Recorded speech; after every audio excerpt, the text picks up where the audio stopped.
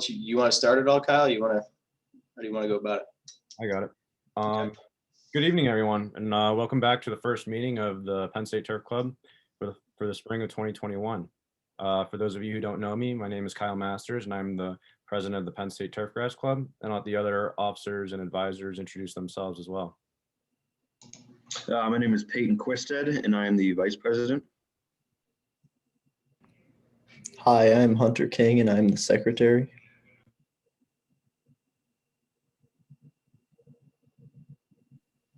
Hi guys, I'm Nate Moore, and I am in charge of all the social media for the Turf Club.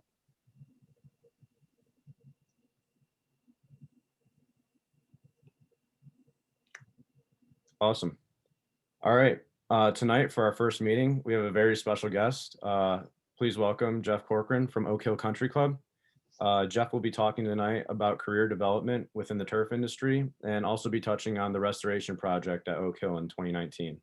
So welcome, Jeff, to the Penn State Turf. Yeah, thanks, Kyle, and I appreciate everybody for attending tonight. And thanks for letting me come talk to you guys for a little while. I think that, first of all, just as far as myself is concerned, obviously, as Kyle stated, Jeff Corcoran, the manager of golf course and grounds at Oak Hill Country Club. I've been fortunate enough to be here at Oak Hill since 2003. Previous to this, I was at Weston Golf Club outside of Massachusetts, and I was an assistant here at Oak Hill prior to that with Paul Latchaw. The nature of the talk tonight is a little bit about career development, but in reality, it's about what you guys can do to achieve your career goals from a standpoint that what do you need to do on a day-to-day basis? What are some good thought processes for you guys to have? I'm not going to unveil anything that is clouded in mystery. It's really just trying to focus you guys on some really good tactics and things you need to think about as you go forward. The career development part will be pretty short, and then I'll transition into the East Course renovation. If you guys have any questions during this career development part, I don't know if Kyle, if you're going to field those or not, or however anybody wants to ask a question, feel free to do that. And that'll take up some time. My presentation on the East Course renovation is a little bit lengthy, so I'm going to kind of go through that a little bit more rapidly, but just to give you guys a feel of what we did here at Oak Hill. Career development is something that's near and dear to my heart from a standpoint that, when you come to Oak Hill Country Club, you go in our break room, we have one wall, it's called the Wall of the Wall of Fame.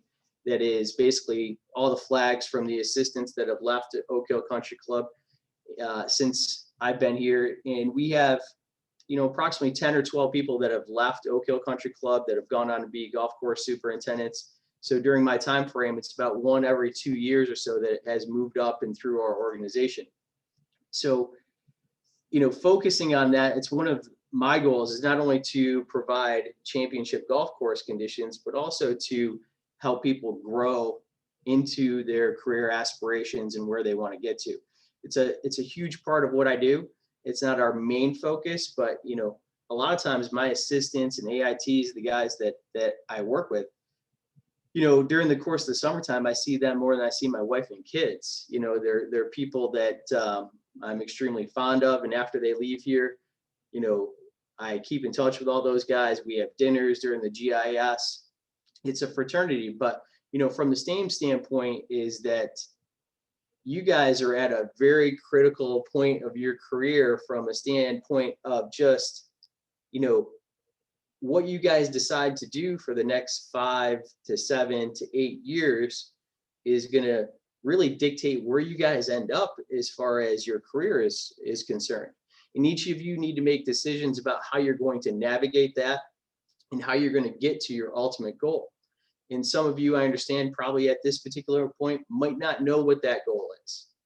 There's going to be some of you that want to be a top 100 golf club. There's going to be some of you that are going to want to be at a middle of the road golf club. And there's going to be others that maybe just, they're happy to run a 36-hole public facility that churns through golf. Everybody's different, and there's nothing wrong with any of those decisions. Some of you guys might move on to do, graduate work, and there's that whole other realm where you can make an extremely really good living in the sales and service standpoint. And some of you guys may end up there at some point. But ultimately, to get some of the points, and the first thing I want to mention is about who you work for. Who you work for in this industry is critical, because you guys are going to be basing your whole career and upon your next 2 or 3 employers, right? They're going to help nurture you. They're going to help mentor you. So who you choose to work for is an extremely important position. In some cases, it's actually more important than actually where you work. Who's going to facilitate you to help you achieve your goals? And how are they going to go about doing that?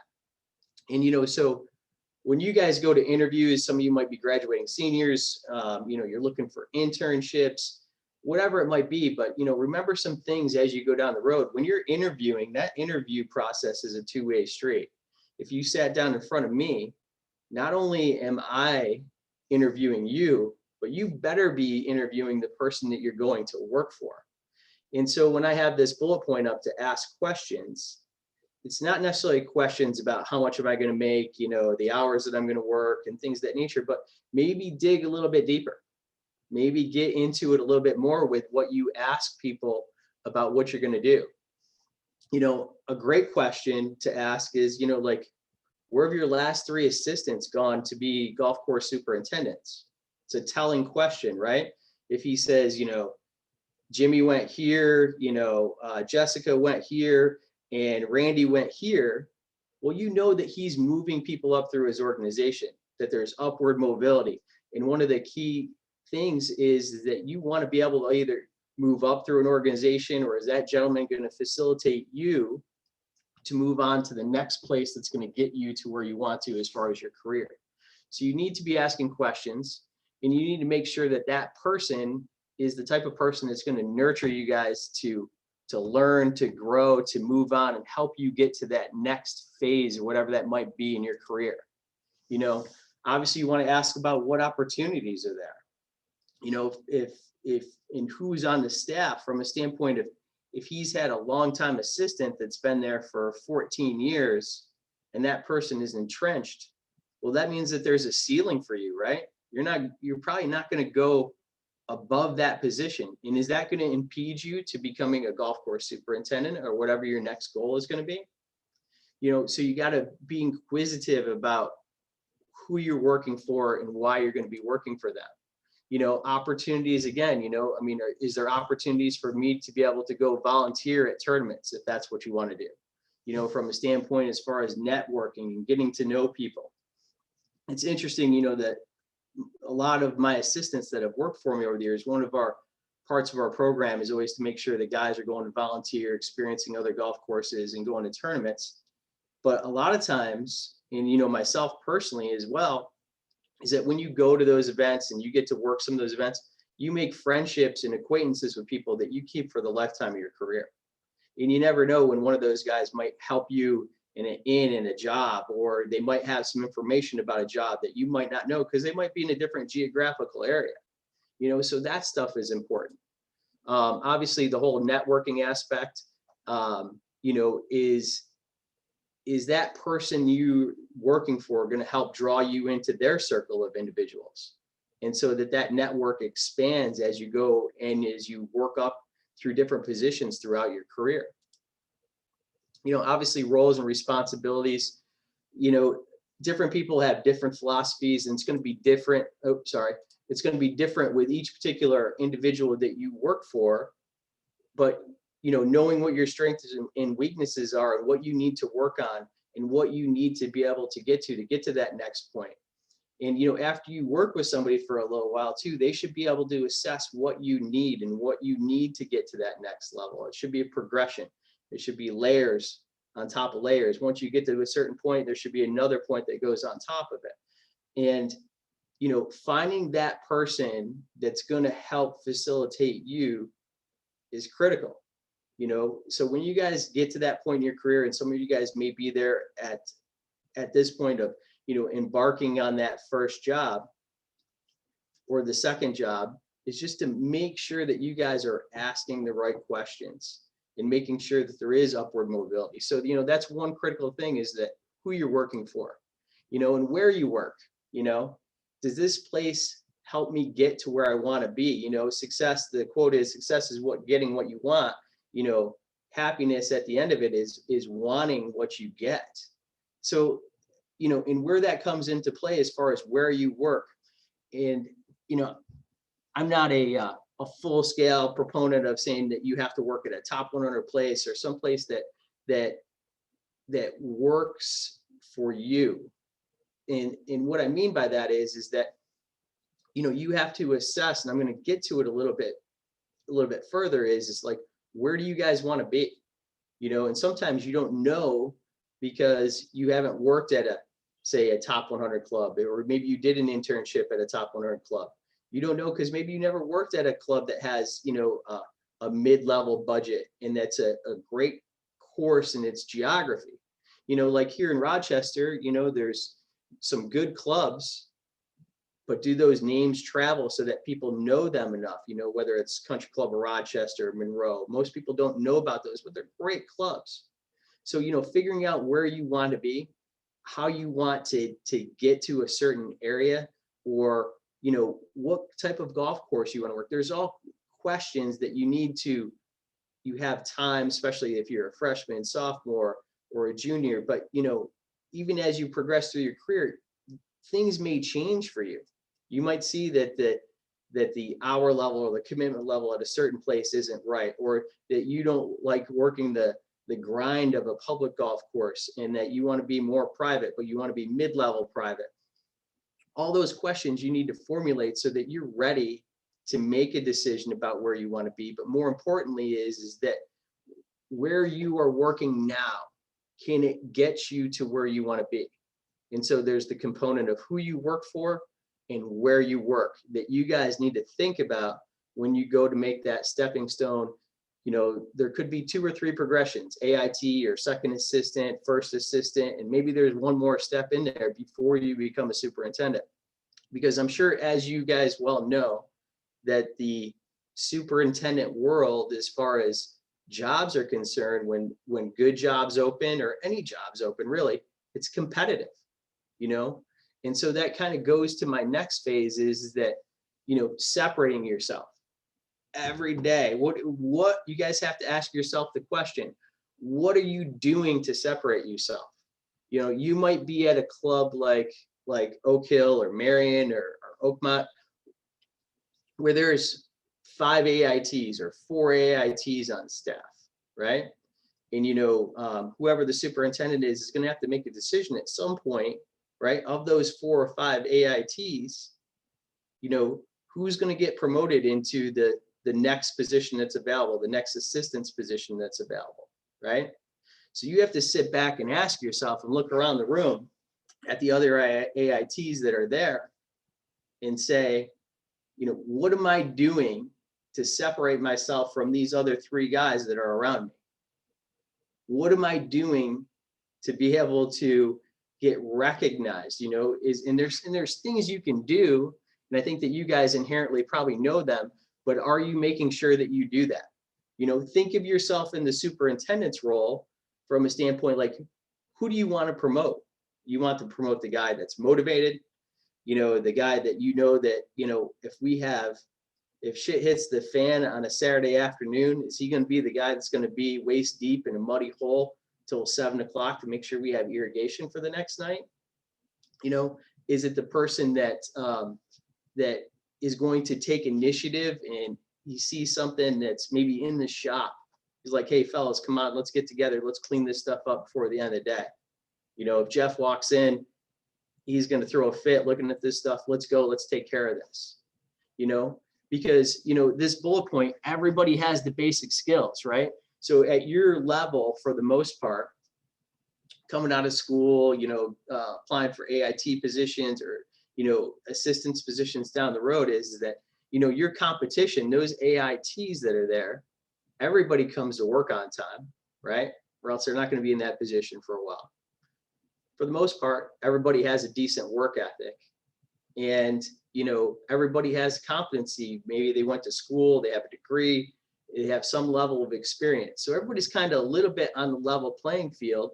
Some guy might be a little bit harder worker. Some guy might be a little bit stronger agronomically, but for the most part, it's a level playing field, right? All the basic skills are there.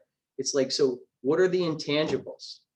What are those things that are going to separate you guys from the next person, the other 3 AITs, or the other person that you're competing for within that particular job space, you know? So how do you separate?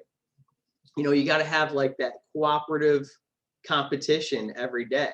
You know, it doesn't mean that you have to go in and bully the other 2 assistants. You have to have a good work decorum, right?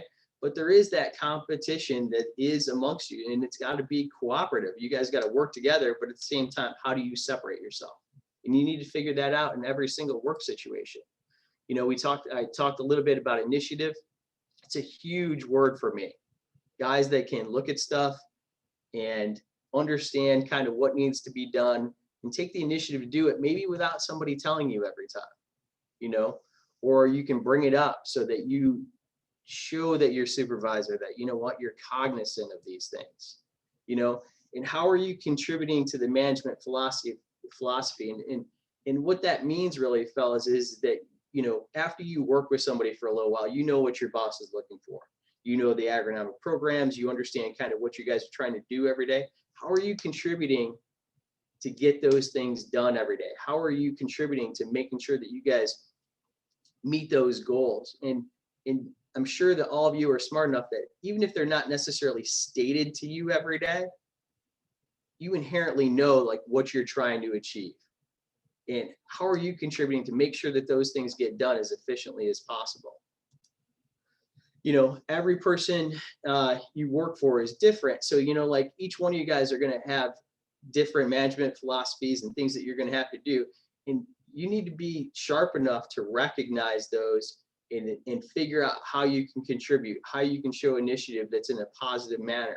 And then that cooperative competition amongst, you know, your peers that you're working with and for, but also trying to get to that next level, that position, and be recognized. You guys need to figure that stuff out. You know, understand what they're looking for for your performance every day. And if you don't know and you're unsure, ask that question. You know, what can separate me in your eyes if you guys are not sure. And then, you know, as it goes into this is that at some particular point, you need to understand where you want to be. And what this picture just shows is just a geographic circle. And at some point, you guys need to draw your own circle, right?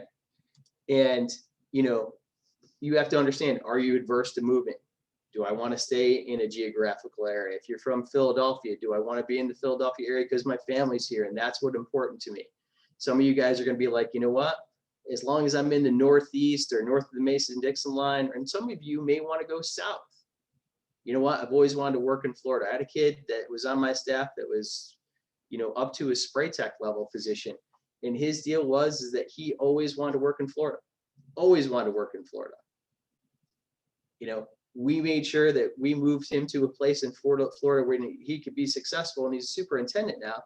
But the point is that at some point you got to understand where you want to be. Are you adverse to moving? Do you want to stay in your local geographical area? You know, what's that radius that you're willing to move? And, you know, one point of that is that, you know, if you have a radius that's this big around where you live and you only want to work in this area, there's going to be a lot smaller opportunity for you to move into the level of course that you want to move into. You know, you take that circle and you spread it out, there's more opportunities. Spread it out even further, there's more opportunities. And that's why, you know, like as you guys are working up through your progression to get to the point where your next jumping off point, these are some of the things that you need to be thinking about to understand like where you want to work. And so, you know, geographically, if you want to be around that Philadelphia area, well, maybe you need to peg into that area. But that's not always true. But if you want to be in the Northeast, you're going to stick around in the Northeast. But, you know, who's going to be influential in your area? Who's the best superintendent in your area? Who's got the golf course in your particular area that's moved the most assistants on to superintendent's positions? That's information that's easily findable. I mean, you guys can get that information, ask questions, and aspire to work for somebody like that. You know, and like I said, every time you expand your radius, you're going to have more opportunities. And, you know, sometimes, you know, if you want to work in the Philly area, or, you know, sometimes you move away, go someplace, work, and opportunities open up in the area that you want to be. And there's nothing wrong with that either. You know, you figure out where you want to be, how it's going to work to your advantage, who you want to work for, and making sure that you guys are setting yourselves up for success when you guys get to that point when you're going to jump off to be a superintendent. You know, what type of facility do you want to be at? And then how do I get there? You know, I mean, there's all types of golf course facilities. You guys know that, you know, big budget, top 100, tournament golf courses, you know, middle of the road private, upscale public. As you guys progress through your career, you're going to figure out where you want to be.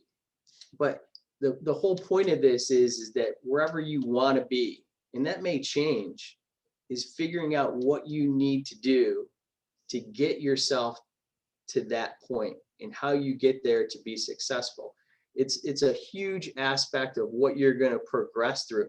And, you know, having the right mentors to be able to navigate you guys through that is going to be important. But, you know, where you work and who you work for is going to influence how easy you transition. You know, at some point you're going to apply for a superintendent's position, and it's the same thing, right? If you have 75 other applicants for a superintendent's job, you know, how are you going to separate yourself from the other 74 applicants? How do you do that?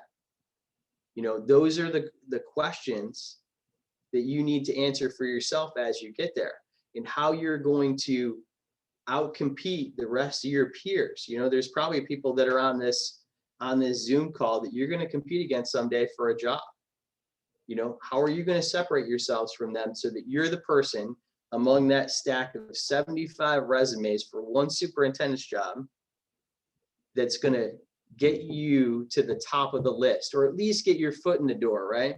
To the point where you can actually get the interview that you guys need.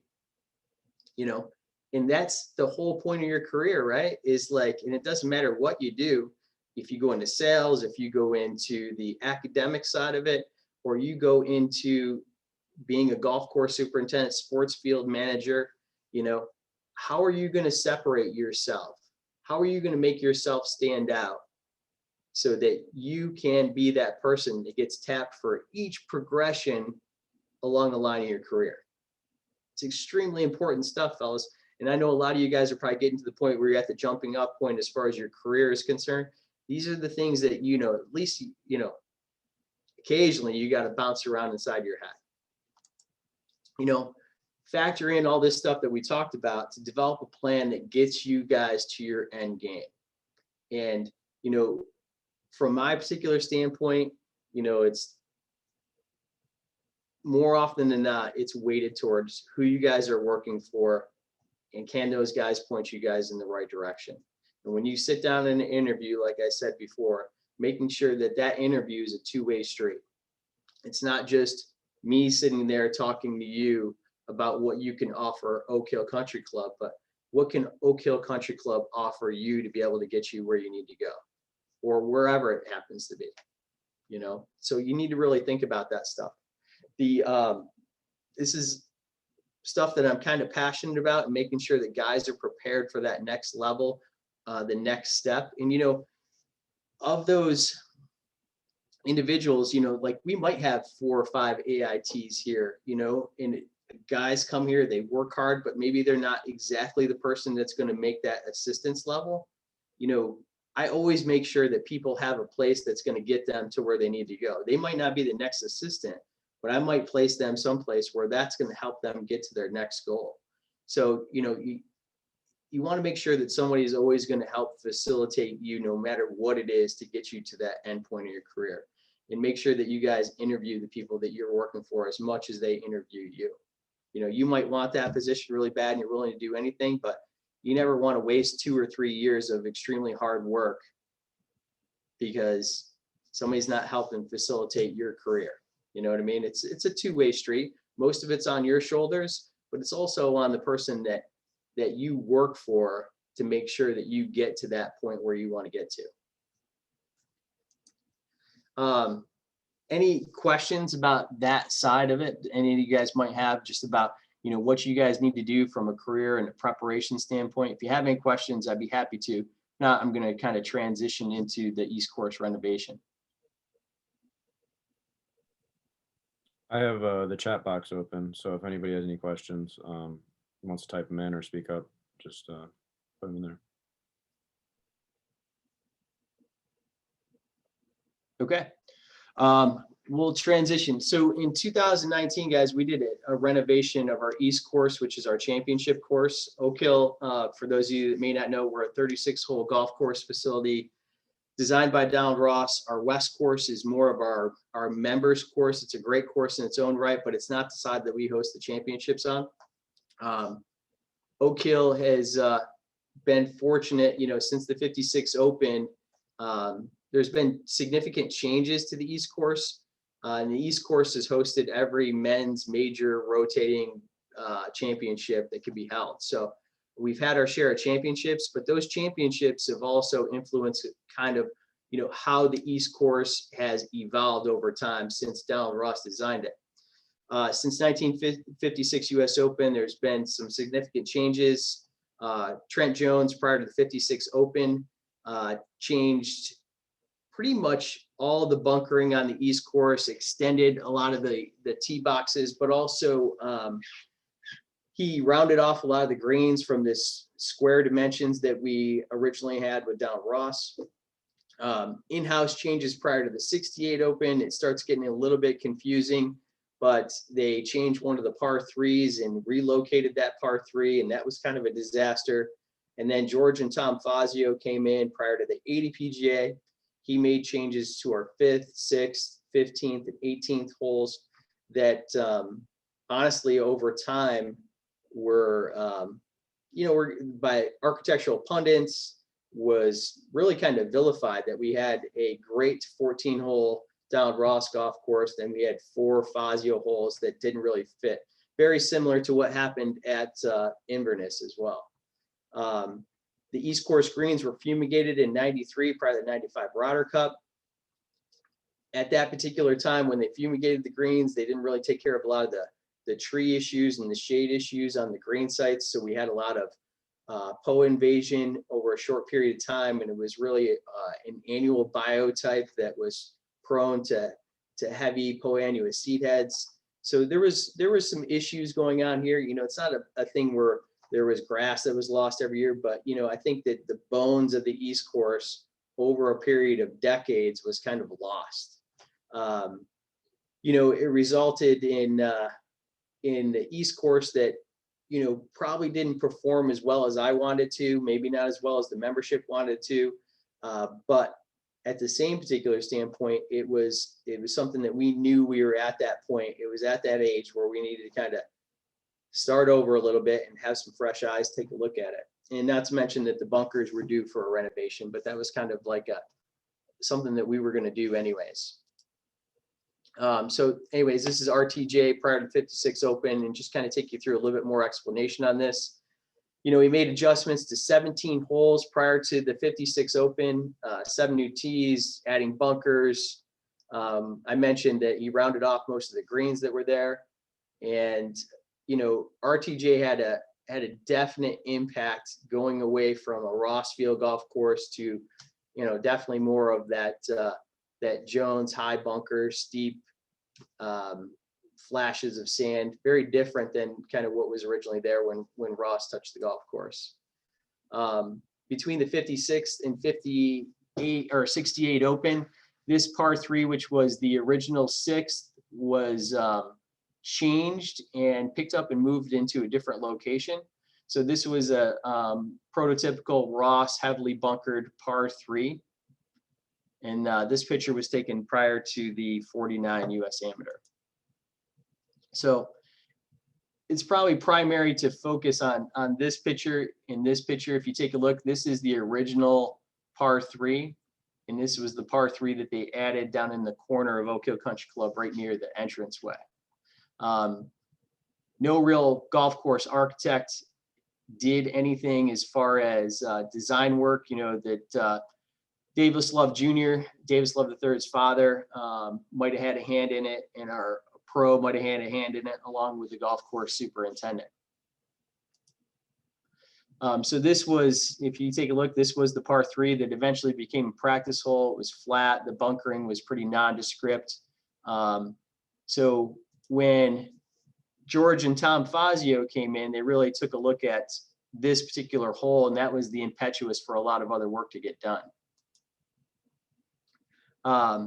So if you take a look at kind of a little bit of the evolution of Oak Hill, and you start taking a look at, trees and things of that nature, that you'll see going forward that there's a couple pictures in here.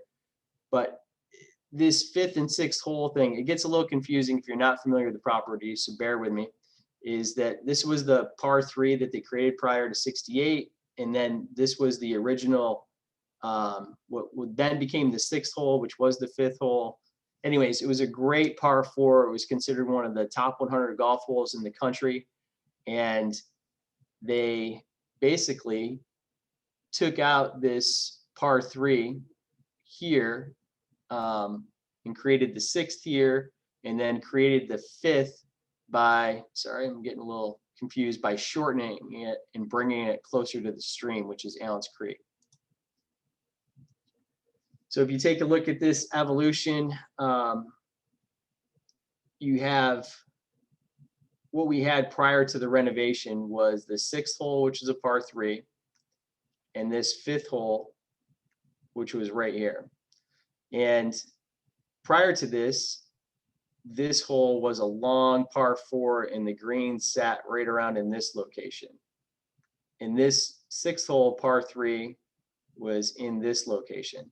And all this stuff was done primarily because of tournaments. The par 3 wasn't strong enough, traffic flow. There was a whole bunch of different issues when George and Tom Fazio came in to do this renovation prior to the 80 PGA. But by all intents and purposes, there was a lot of comments that this was not well received. Our membership actually didn't even enjoy those couple holes. It was kind of, you'd hear a lot of people come play Oak Hill for the first time, and it'd be like, you know what, loved it, great design, but you would get to the 5th, 6th, 15th, and they're like, those holes are different. And it was, they just felt different. The 15th and 18th holes were also changed. The 18th green here was moved closer to a hill in the front. And the par 3 15th was this hole that went straight up from a tee box down here with OB on the left-hand side. And those holes were drastically changed. This is the 15th hole as it originally sat. And then you can see George and Tom came in, they put in this par 3 that had this pond with a wall on the side of it that just didn't really fit at all. I would say that, 5, 6, and 15 were the 3 holes that were probably the most vilified. Some of the pros that came in and played had some pretty famous quotes, at least within the lore of Oak Hill. Donald Ross is the greatest golf course designer the world has ever known. Why change him? The 5th, 6th, 15th, and 18th stick out like a sore thumb. You had a great golf course here. Well, now you have 2 great courses, 14 Ross holes and 4 Fazio holes, by Jack Nicklaus. If I owned a Rembrandt, I don't think I'd go slapping on some reds and yellows just because it was kind of dull. So, pretty strong comments. So we embarked on this renovation project, and, we did the work in 2019. But in reality, a lot of the work started prior to that, just the planning process, getting approvals from the membership started in about 2014. Our overall thought process was to respect the original design of Donald Ross and the traditions of Oak Hill. We obviously have to respond to the modern game because Oak Hill is set to host the 2023 PGA Championship, 2027 US Amateur. So we had to be respectful of that and where the guys are hitting the ball. And, just in my career, just seeing the changes in distance and accuracy and how technology has changed the game. We've done this to Oak Hill just since I've interned here in 2000 or 1994, 3 different times, responding to the game, changing bunkering depth. So it's something you always have to be cognizant of if that is something that that is a part of the DNA or culture of your club. We had to balance the following factors is that, obviously the Ross architecture again, but technology within the game, the history of adjustments to the East Course. We weren't going to take it right back to Donald Ross and put all the bunkers in that he had. And primarily is that a lot of the bunkers didn't make sense for today's game in comparison when Ross was here. Just from a placement standpoint, as far as tees, we didn't have a lot of back tees originally. So you have to factor a lot of those things in when you're talking about how we were going to adjust the East Course. And then lastly, the people that play the golf course every day, it's easy to think about Oak Hill and, we want to prepare for a major championship, but, every, we'll call it 5 to 10 years, we've historically hosted some type of event. But our members are the people that pay our wages. They're the people that pay for the operating costs of Oak Hill Country Club. It still needs to be relatively enjoyable for them. They need to know that when they step to the first tee of the East Course, that yes, they're playing a top 25 course in the country. It's probably going to be a difficult test, but you don't want it to be so onerous that nobody wants to go play the East Course. So you have to factor in these guys. Jack Nicklaus said at one time during the an interview at the memorial that, you can't keep making the bunkers deeper. You can't, just keep making it so difficult that, the everyday member that goes out and wants to play a round of golf can't get up and down out of a bunker. So you have to balance all that stuff and figure out, how do you make it more difficult for that 1 week that you set it up for the championship, but still make it playable on an everyday basis. And that's, it's a key factor, and it's a very, very difficult thing to try to balance. And then obviously for the best golfers in the world is it needed to be a test for them as well. So the proposed scope and design, rebuild, restore greens, reclaim the lost green space, adjust the contours slightly for cupping areas. We had some areas that were 5, 6, 7% on the green surface. So obviously we needed to adjust those so that with today's green speeds that we could accommodate cupping areas. Rebuild, restore bunkers, give the East Course a rugged yet refined Ross feel. Find every yard possible. That's kind of seems like it's a test every 5 to 10 years as well, is that, trying to reinvent areas where we can find yardage. It's getting harder and harder. Eventually you run out of space. Tees would be added as needed. Consider more forward tee locations as part of the thought process. That was a huge part. And in hindsight, it was probably one of the best things that we did, is that, added a very large amount of forward tees so that the East Course became more accessible for people of varying skills and various ages. We didn't really have as much of that as we needed prior to the renovation. So that was actually a really positive thing that came out of the renovation. Restored holes that have been changed, 5 and 6, 15, and consider alternate practice areas due to changes. And we didn't really do too much as far as our practice areas are concerned, but 5, 6, and 15 certainly were pretty drastically changed. So Donald Ross, obviously we wanted to try to respect his original architecture. This is, and I won't go through the process of reading this for you guys, but there's so much written about him, and he wrote so much that there's just a lot of really good stuff out there.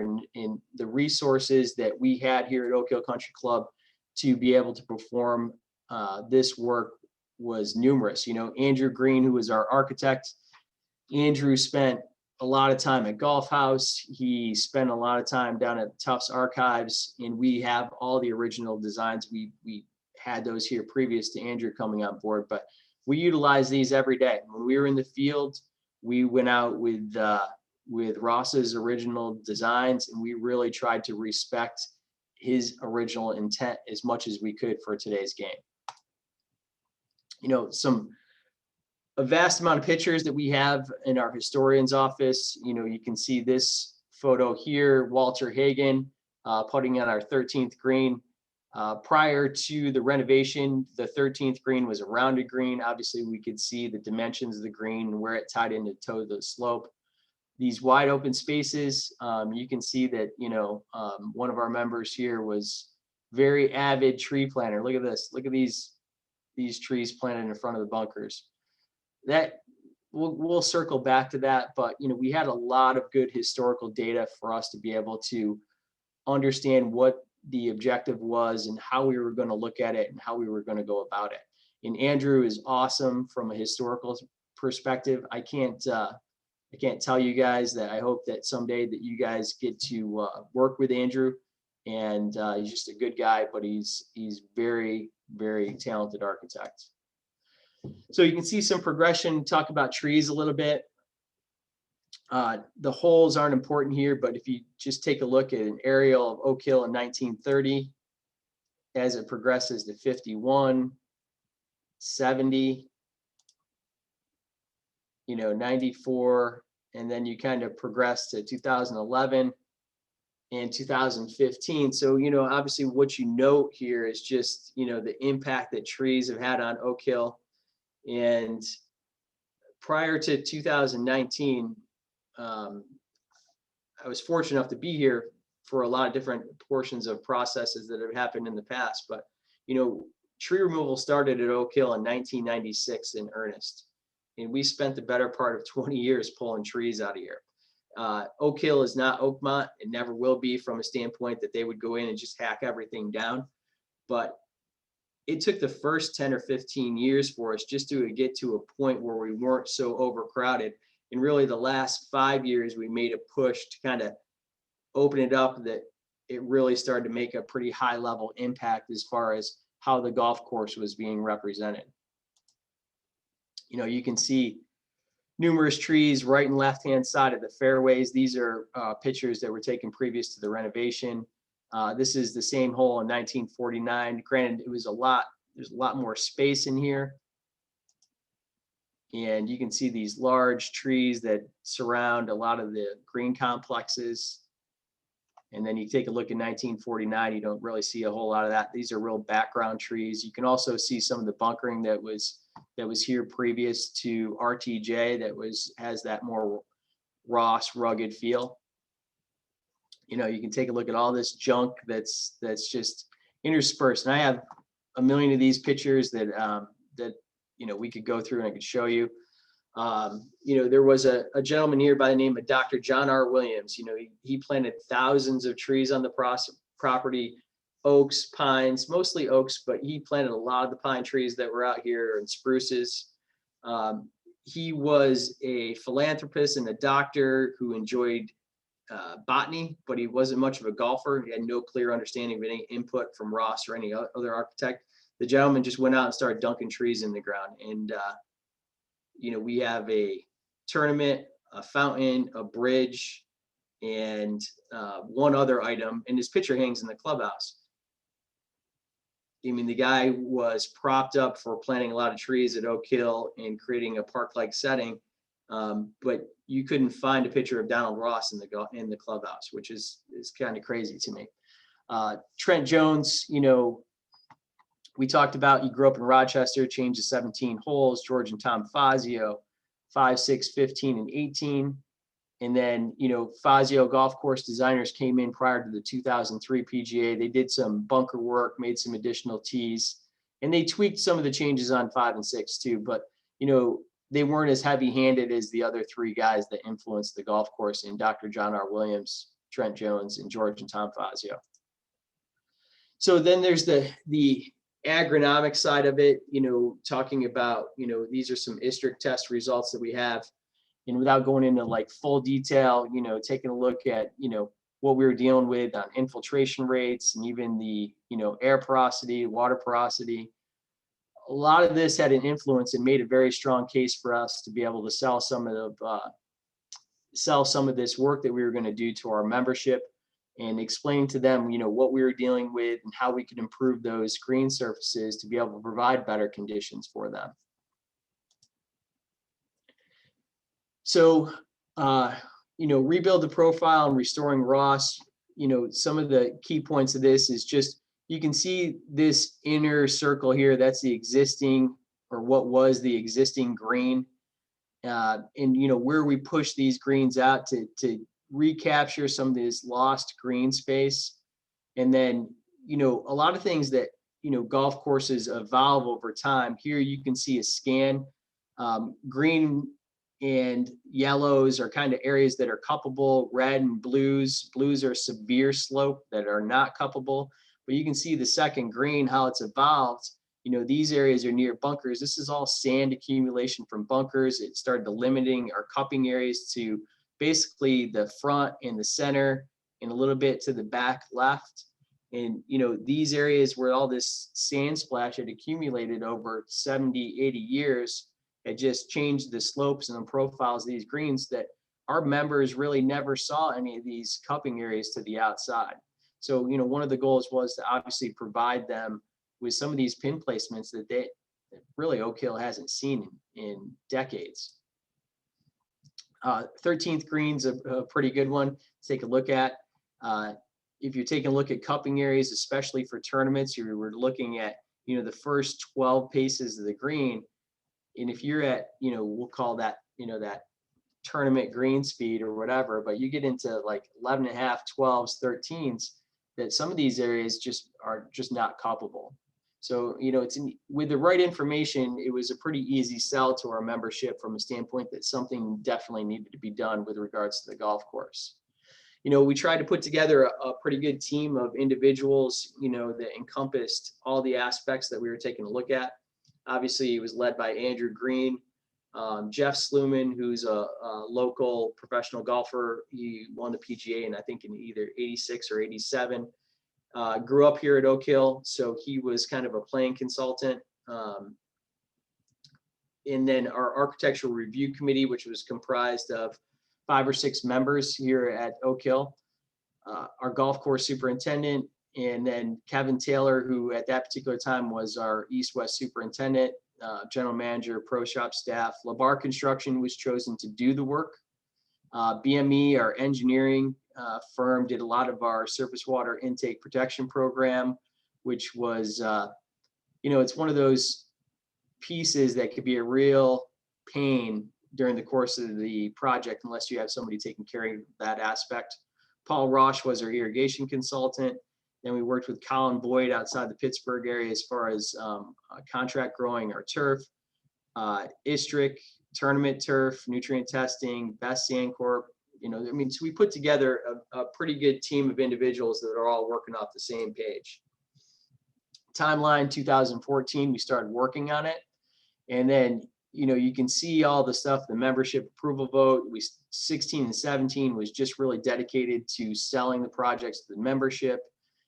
18 became a planning year. We were originally planning on doing the work in 2018, but the PGA came along and asked us to host the 2019 Senior PGA. So we had to push the work out a year. In 2019, the year that we did the work became a busy year from the standpoint that, at the beginning part of the season, we had the Senior PGA Championship. We had 2 months of crammed in golf season. Then August 6th, we closed the East Course and we started to break ground on the project. And, November 24th, the last piece of sod was installed. And, in May 2020, this past year, we opened up the East Course. Probably the most important aspect for me was making sure that we chose the right greens mix. And that component was important to me from a standpoint of being able to provide firm surfaces, not only for the 2003 PGA, but for our day-to-day membership play. And inherently, one of the things, those of you guys that have done a lot of hand watering, is you're always trying to dry down your surfaces to that right amount where you get firmness, but the grass is always on edge. So, really to boil it down to the simplest terms, is that what we really wanted to do was try to create a greens mix that was inherently firm, so that we weren't putting so much pressure on moisture management, and i.e. being able to keep the grass healthier.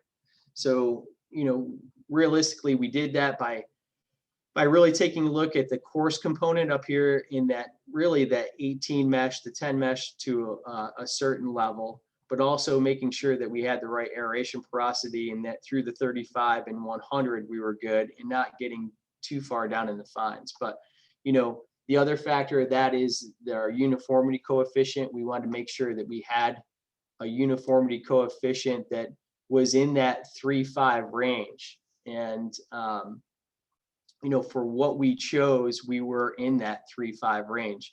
And uniformity coefficient's just a measurement of essentially firmness. You have to get an angular sand to begin with. You have to have the right mixture of that coarse fraction and that medium fraction, and always be aware of your fines. But we blended multiple materials together, and this, designing this mix and going through the testing process and different blends, that was probably a solid, we could have done it sooner probably, or quicker rather, but it was a solid year and a half by the time we had this thing honed in to where we wanted it. And fortunately for me, obviously a good friend and mentor, Paul down at Marion, was also going through the process at the same time. So we worked hand in hand, really to try to develop a mix that was going to work for us. Keeping track of the numbers in the budgetary aspect on a day-to-day basis is huge for us, especially in regards to a project that we were trying to get in and on time. But if you think about the quantities, 1,200 tons of screen topsoil, T-mix, bunker sand, another 2,400 tons. If you take a look at greens gravel, 2,500 tons. Just everything starts to accumulate. 6,000 tons of greens mix, and making sure that all this stuff is coordinated here on time. The stuff that need to be tested before it goes in the ground is tested. The budgetary aspect, as far as the bid cost, actual cost. There's a lot of stuff outside of just the guys out there moving dirt on a project this side that you need to be aware of. Fortunately for me, I had a great superintendent that was working underneath me, and Kevin Taylor, that did the lion's share of this, so that I could focus on what I needed to out on the golf course, but also go through numbers with him pretty much on a weekly basis, just to make sure that we were tight from a budgetary standpoint. Because we wanted to make sure that we had that fiduciary responsibility to our membership, so which impacts future projects that we had. This is just a sample of our budget tracking methods as far as what we did, both of those pages. Again, this is just our forecasting budget of what we were going to spend each month in what area. And this is stuff that we reported back to our GM and our comptroller and the board of governors, just to make sure that everybody kind of knew where we were financially throughout the course of the project. Again, this is, a sample of LaBar's scorecard. So essentially, it's how you know that you're getting billed for the right amount of product that goes into a ground, from 6-inch drain tile, to removing rock wall. And each number here corresponds to a hole. And we knew how much linear feet we were supposed to put in on number one and how that corresponds. And that works out to how they bill on a monthly basis as far as the project concerned, which is important for us. And then we could take our GPS maps and we could see, how many linear feet were installed, and make sure that there was a set of checks and balances there. So this is the first day, August 6th. The first thing that we did is we installed erosion control, silt fence. And a lot of this is just pictures now, fellas. So I'm just going to kind of roll through these. We're getting on 5 to 7, so I want to be cognizant of your guys' time. Stripping sod on the greens. This was the first day. LaBar came in with probably to start out about 50 guys, and just absolutely bombarded this project to get it done in a tight time frame. All told, probably at the peak, they probably had anywhere in that 65 to 70 people on site, with multiple crews doing multiple greens at the same time. So the green after it was stripped, this is Andrew Green here working with some of the foremen from LeBar. This is Jeff Sluman. He's on site. This is on our 5th hole. And he's just talking with me just about Jeff was there more so to make sure that what we were putting down was going to be a test from a pro standpoint.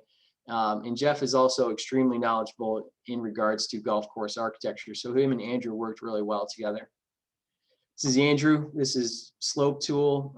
Any of you guys that have had any experience rebuilding greens, things of that nature, this is a tool that you're going to use all the time, just to making sure that we have slopes right, stuff's moving the right direction, water's moving properly. Guys from LeBar putting an extension on the back of one of the greens. Yeah, you can see Andrew here in the background. And so to take a look here and what you're looking at, these flags in this light colored area in through here signifies where the green pad is going to be. And this was our existing green. And the importance kind of this picture is that, so essentially what we did is we came in, we stripped all the sod off of green, and then we created the green that we wanted to have. You can kind of see it if I do another mouse click here. So that when members came out to approve the green, that they could actually see the surface in the dirt before we started to core out the green surface. So we stripped it off, we shaped everything, lasered it, cored it out, and then lasered it again. Sometimes, you know, if you're dictated on some membership approval, once you core this out, people have a tough time envisioning what the green's going to look like. So this process is something that Andrew's done and LeBar's done in the past. It helps people envision what we're looking at. We get the numbers, especially with today's tools, as far as being able to take our measurements and then go after it and start coring out the green surface. This is a green that's cored out. You can see some drainage lines that are painted. Drainage being installed, pretty straightforward. Everything's looped. There is everything is looped for precision air on these greens. It's just a good overhead shot of the drainage. Gravel being installed, and then obviously this is our let's see, this is our 4th green after the mix has been installed. This is our 5th green. This is the new par 3 that's down in the corner. I kind of alluded to before, probably confused everybody, but yeah, so this is pre-sod. And then we started with a sod installation. Our sod was grown off-site on our mix to make sure that we didn't have any layering or the two interfaces between the greens mix and the mix that the sod was grown on mated properly. So this is the first green that we did, which was our 10th green. You can see this in the process. This is kind of, you know, a little more than 3/4 of the way completed. Again, this is just another overview picture of our 4th green and our 5th green in different stages of construction. Just another overhead shot just to the construction. This, if you take a look at it, this is our 11th green, and this is, yeah, I'll be all right. Sorry, yeah, we're looking at a different angle. This is 10, this is 11, and then you're looking at number 6 over here. And 5 is way off in the corner, that par 3 that I was talking about. Tree removal, we did a pretty heavy duty amount of tree removal with 3 years leading up to the project. This oak, if you get a feel for it, that's a 55-foot lift. That's probably at least 110-foot red oak. And we took down hundreds of those.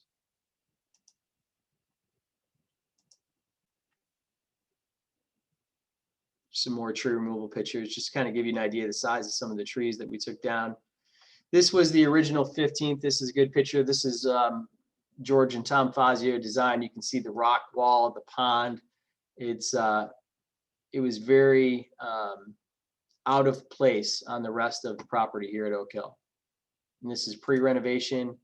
You can kind of see this is a stage where we actually drained the pond, ran under drain through the pond, tore out the rock wall. Andrew's design is starting to be implemented. And, you know, this shows where that fifth hole was, and this is the original location of the sixth. This slide is just kind of thrown in there because it gives you a little bit of perspective. And that's that sixth hole again. And this is, you know, Andrew trying to do his best as far as recreate that same type of feel as a hole. And, you know, Kyle obviously is here. I mean, he can tell you the depth of these bunkers it's deep. It's well over probably 3 feet above. I mean, I stand 5'10". It's probably 2.5, 3 feet above my head. So it's pretty drastic. This picture probably doesn't do it as much justice as it should. This is back to the 15th hole. And this is, you know, where the pond used to be located. You can see it's kind of it's a narrow target with some heavily bunkered area to the left. And then you can't really see it in this picture, but this is probably about an 8 to 10 foot drop off here on the right hand side. So if you miss it to the right, it's pretty severe. You want to miss it to the right. If you miss it to the left, the back of this bunker is probably, again, it's probably 1.5 feet over the top of my head. And this is the finished product of our 15th hole. This is the 14th hole. I showed you a picture of this before with the trees on either side. We removed all the trees right and left. And then this just shows the process of bunkering. The green's already finished. And this is the finished product of that 14th hole that I showed you guys earlier. This is our 9th hole. You can kind of see we were still in the process of doing tree removal, but this is not long after it's sodded. This is our first hole. This is Allen's Creek that bisects pretty much the entire golf course. And then you look up to number 2. There was a time probably 3 years before this renovation where there was 2 massive oaks on this side. There was a whole grove of trees on this side where you couldn't stand on the first green and look up to the second hole. So a pretty fair amount of tree removal had taken place over time. And, you know, the evolution of 5 and 6, we didn't need to go into this. That was part of a different part of the conversation. But so this is our 6th hole. Well, maybe, you know what, I'm going to back up for a second. So you can take a look at where this green was originally located. And this was the par 3 that 5th hole took place of. So now that green is located here, but it used to be located right up here close to the stream. And this hole plays like 571 now. So it's a strong par 4 in the middle of the front 9, which was really kind of what we were missing and looking for. This is our 12th. This is a little bit later in the process. Just show you guys, we also did fairway expansion throughout the entirety of the golf course. And you can see that, you know, this lighter area, I mean, this is all sod work. And I'm not even really kind of going into some of the tee work that we did just for the sake of time. And this is looking back on our first hole. Again, that's the 5th hole, the 4th hole again. And that's looking from 1 to 2. And this is looking from our 3rd hole all the way down to our 4th. And if you're on this green, you can see the 4th and the 5th hole stacked up against each other, which is a pretty cool sight. That's our 6th hole, the long par 4 in the front. And then this is our 8th hole. Pretty drastic change. We made this green smaller. This area was expanded in the back right. And then the 13th hole, which is considered our signature hole that looks back up to the clubhouse. It's like a 600-yard par 5. And so, you know, we do have positions available, guys. So if you're ever looking, obviously Oak Hill is a pretty cool place to work. I've been here for a long time, and it's not because there hasn't been other areas that have intrigued me. It's just that this is a great place. It's a good portion of the country and a great membership. And we have the 2023 PGA Championship and the 27 US Amateur coming up. So that's it. That's what I got for you guys. All right, Jeff, thank you very much. You got it. you guys have any questions, feel free to speak up. I put Jeff's information, his cell phone number and his email, if you'd like to contact him for internship opportunities. And I can say, working for Jeff in my time was an awesome experience, and I really took a lot out of it to push my career forward and just sharpen my skills and agronomic practices. So I love it. It's a great place, and it's home. We have one question. Cameron asked, what was the total cost of the project? Yeah, all in, it was on paper it was 5 million, but by the time we were said and done, it was probably more in the neighborhood of 6 million when we included some of the engineering costs and things of that nature.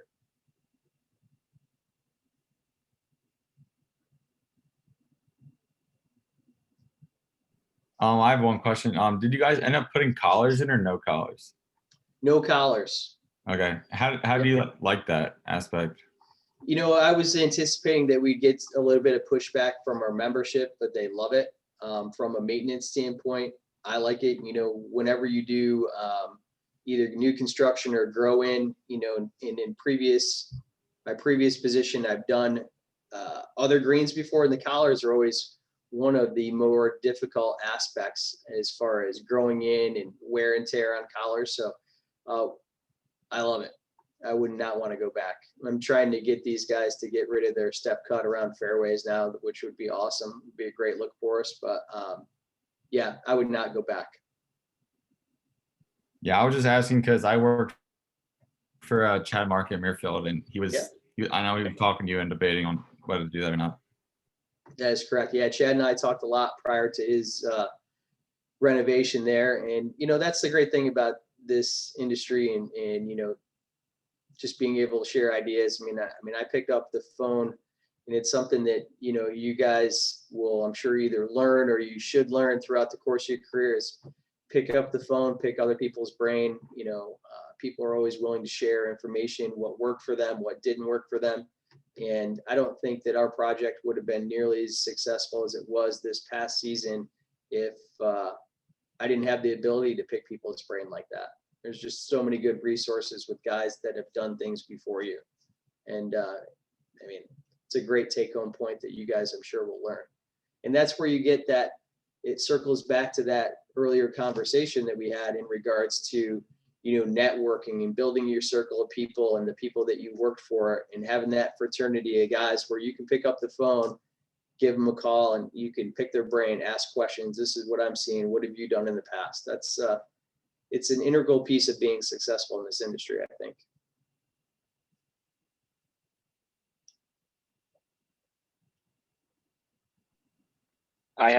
Can you hear me? I have a question. Yeah, sure, shoot. I wrote it down. So do you think there is the ability for a course to upgrade from a high level course to one that would host a major? For example, I don't see much variety of new major courses on the tour. So would it be a good idea to have aspirations as a student to eventually get into the position of a superintendent at a big club and try to take it to the major level? Or do you think that's kind of unrealistic? Yeah, it's an interesting question. I think that, obviously you need, there's so many, if you're talking about hosting tournaments, that there's so many different aspects in regards to hosting tournaments that's outside of the golf course and conditioning that might be within your control. Meaning, like, does that particular facility have enough space to handle the build out? In your geographical area, small things that are big things in the eyes of the USGA, the PGA of America, parking, busing networks, housing, transportation, the infrastructure aspects that make a tournament be able to move. You know what I mean? So, like, there's the debate in the golf course and world, I guess, is that any of the golf courses out in that Bandon area, are there golf courses out there that might be worthy of a championship? I'm sure there are, but it's logistics to be able to host that event there. So I can't necessarily answer your question. I think it would be golf course specific, but there are more questions to be answered in relation to hosting a tournament outside of just the golf course and, whatever might be within the wherewithal of the superintendent. I don't know if that answers your question, but it's a hard one to answer because there's so many different factors that go into hosting an event. Yeah, I we're get the blessed- big idea. Oh, Yeah, go ahead. we're blessed with space at Oak Hill. We have 36 holes. There's areas for tournament staging and things of that nature that make it conducive to hosting an event. And oh, by the way, we have a golf course that can handle an event. Thank you. Yep, you're welcome.